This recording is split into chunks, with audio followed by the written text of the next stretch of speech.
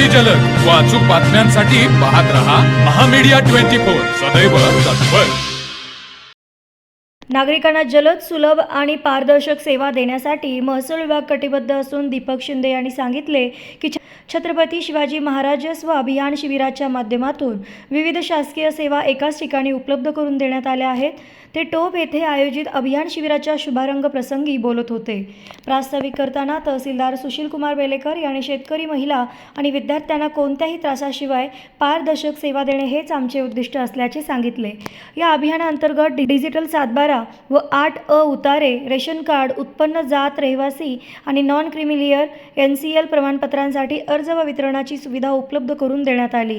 प्रलंबित फेरफार प्रकरणाचा तात्काळ निपटारा, 7/12 मधील चुका दुरुस्ती, तांत्रिक अडचणी सोडवण्यासाठी विशेष मदत केंद्र तसेच अकृषक येणे रूपांतरण प्रक्रियेबाबत मार्गदर्शन करण्यात आले।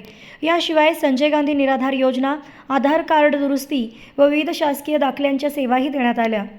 या अभियानाचे विशेष वैशिष्ट्य म्हणजे एक खिडकी योजना, ज्यामध्ये सर्व संबंधित अधिकारी एकाच ठिकाणी उपस्थित राहून नागरिकांची कामे जलद पूर्ण करून देत होते। डिजिटल 7/12च्या कायदेशीर वापराबाबतही जनजागृती करण्यात आली।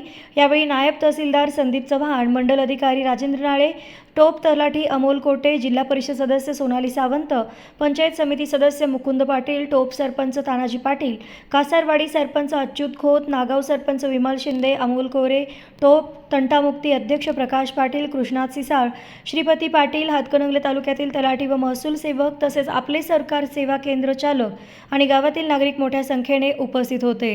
टोप, कासारवाडी, नागाव, शिरोली आदी परिसरातील शेकडो नागरिकांनी या अभियानाचा लाभ घेतला।